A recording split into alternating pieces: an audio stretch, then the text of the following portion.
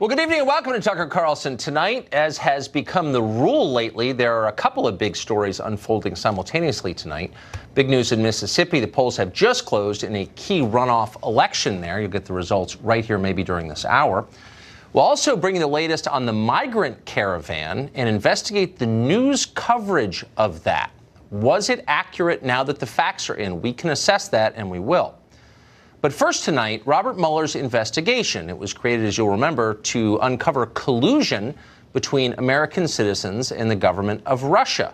2 years in, its main achievements so far are the financial destruction of several enemies of the political left and the prosecuting of crimes that did not exist before the investigation was created.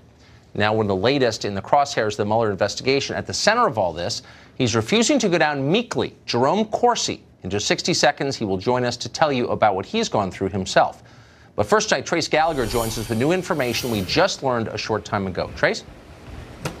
Tucker, court documents now show that Jerome Corsi, a conservative author and associate of Trump confidant Roger Stone, began speaking with special counsel prosecutors on September 6th of this year, where Corsi was first questioned about, then shown an email in which Roger Stone asked him in July of 2016 to, quote, get to Julian Assange at Ecuadorian embassy in London and get the pending WikiLeaks emails. Corsi claims he declined the request by Roger Stone, saying that any attempt to contact WikiLeaks could put them in investigators' crosshairs. But Robert Mueller's team believes Corsi lied, and instead of turning down Roger Stone's request, he personally passed it along to someone in London. And 8 days later, on August 2nd, 2016, Corsi sent an email to Roger Stone saying WikiLeaks possessed information damaging to Hillary Clinton's campaign and planned to release it in October, quoting again, time to let more than John Podesta to be exposed as in bed with enemy if they are not ready to drop Hillary Rodham Clinton. That appears to be the game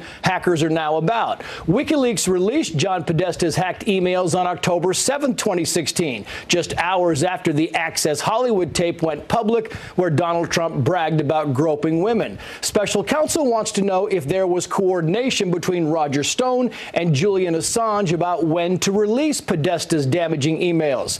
Jerome Corsi says he did not have insider information. Instead, he did his homework, connected the dots, and theorized that Assange had Podesta's emails. And Roger Stone just told Tucker Carlson tonight, quote, none of the emails cited prove I had advance notice of the sources or content of either allegedly hacked or allegedly stolen emails published by WikiLeaks. When did political gossip become a criminal activity? Stone also says his friend Jerry Corsi is being harassed by special counsel not for lying, but for refusing to lie. Tucker. Thanks a lot, Trace. Appreciate that. So let's boil this down to its essence. Jerome Corsi is 72 years old. He has a PhD in political science from Harvard. He's written 2 New York Times bestsellers about politics.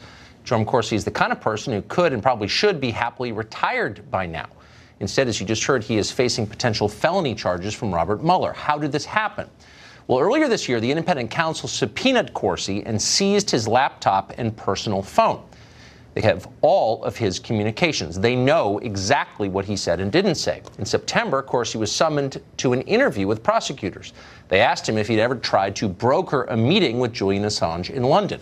Corsi responded, no, quote, I didn't want anyone to see Assange. So the prosecutors left the room to confer after Corsi said that. They returned and informed Jerome Corsi that he had just committed a felony. On Corsi's laptop was an email chain from more than 2 years before in which he had been asked to contact Assange. As you just heard, Corsi forwarded that email to somebody else. Nothing ever came of any of this. And again, the independent counsel would know because they have Corsi's laptop and phone. They know that Corsi never left the United States and never spoke to Julian Assange. Corsi said he forgot all about forwarding the email. For the crime of forgetting that he forwarded that email, he is facing bankruptcy and imprisonment. So ask yourself this question. How would any of us fare under this standard? How would Robert Mueller fare under the same standard he set up for Jerome Corsi? Robert Mueller is 74 years old. What if the next special prosecutor seized his personal computer and interrogated him about every email he'd ever sent or forwarded going back years? He'd probably be able to remember some of it, but all of it to the letter? Keep in mind, the slightest mistake would mean prison time. Would that be justice, or would it be its opposite? Jerome Corsi would know firsthand, and he joins us tonight. Mr. Corsi, thank you very much for coming on. My pleasure, Tucker. Thank you. So and you're not under oath, and so our viewers will have to assess the accuracy of what you say. But before we get to your interaction with the Mueller investigation, just the basics. Have you ever had contact with Julian Assange? No, I've never met Julian Assange. I've never spoken with him. I've never emailed him. I've had no contact with Julian Assange whatsoever. Have you ever had contact with Russian intelligence or knowingly subverted the interests of your own country? Absolutely not. I've been a loyal American. I have no contacts with Russian intelligence. I have no business interests in Russia. I have nothing to do with Russia. I've never been to Russia.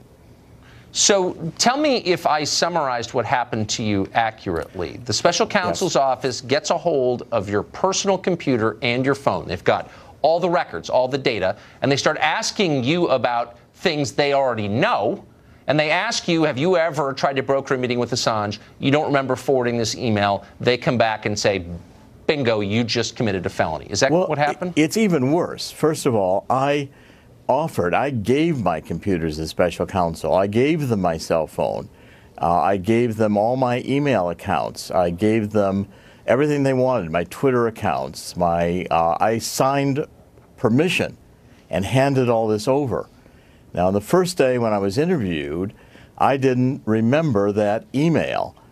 Now, the special counsel came in and blew up, and they actually sent me home and gave me an opportunity to review the emails. When I came back, I amended the testimony to say that I now remember the email. And the special counsel was happy with that until I couldn't give them what they wanted, which was a connection that I had with Assange that they assumed I had, which I didn't have. Now, suddenly, they forgot they allowed me to amend my testimony, and they're going back to the mistake I made day one when I forgot the email. So it's really, I think, completely fraudulent, the charge that they were trying to get me to plead to, and I refused to plead to a lie. Well, but I'm a little confused here. So is there anything that you withheld from them? You say you gave them access to all of your communications. So if you'd had direct contact with Julian Assange or with someone else who had had contact with Assange, they would already know that, wouldn't they? I would think so. I mean, I gave them everything voluntarily. I had a time machine on that computer, which recorded everything precisely and kept it in the time machine back through 2015. The computer broke in 2018, but I kept it. I voluntarily gave them the 17-inch Apple laptop and the time machine. I gave them my cell phone. I signed over permission for all of my emails, gave them the usernames and passwords. I allowed them to see my Twitter. I even helped Quantico download my Twitter and my Google accounts. I signed over Verizon accounts. Everything they wanted, I had nothing to hide. I gave them to them immediately. And for having forgotten on day one, because I hadn't reviewed the emails, this particular email about Ted Malloch, I'm now being charged with willfully and knowingly giving false information, which is nonsense.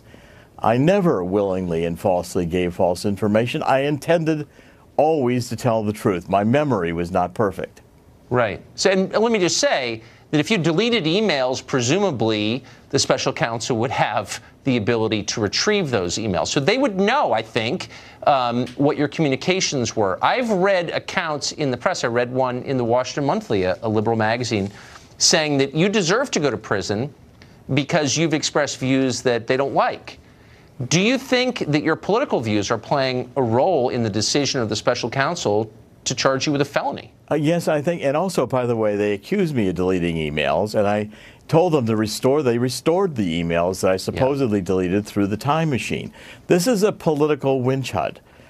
Because I did not have a contact with Assange, but yet had figured out that Assange had Podesta's emails, and I figured it out and told Roger Stone and told many people in August, and it just happened that I was right.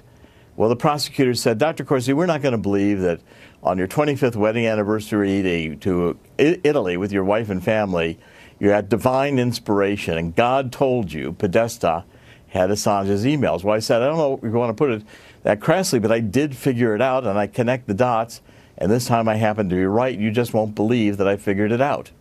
So quickly, because I can't resist asking, because I think the human cost is worth knowing about, what does this cost you?